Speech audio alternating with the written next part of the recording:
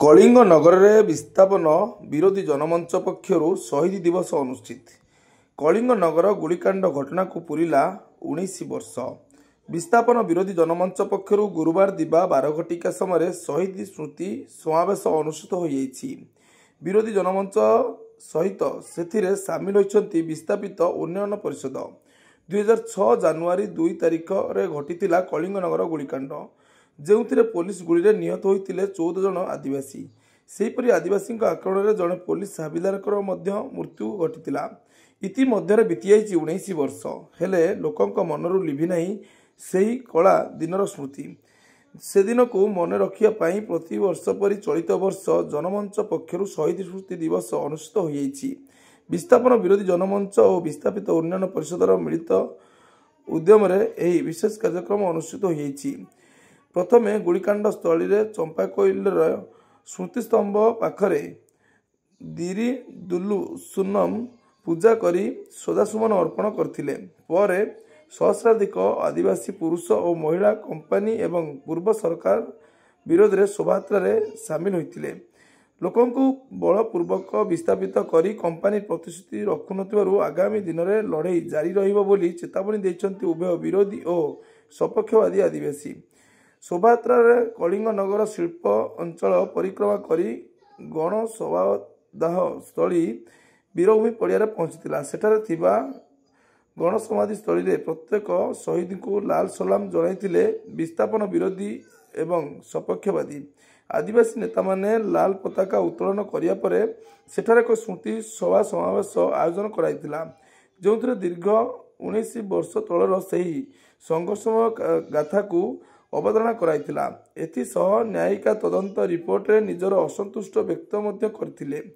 एही नेता माने आगको मध्य संघर्ष जारी रखिया को चेतावनी दैछन्ति। सेपटे आईन श्रृंखला परिस्थिति को नजर रखी विभिन्न स्थान में व्यापक पुलिस मुतयन होइतिले। एसडीपीओ समेत 5 प्लाटून पुलिस फोर्स मुतयन होइता देखिया मिलिथिला।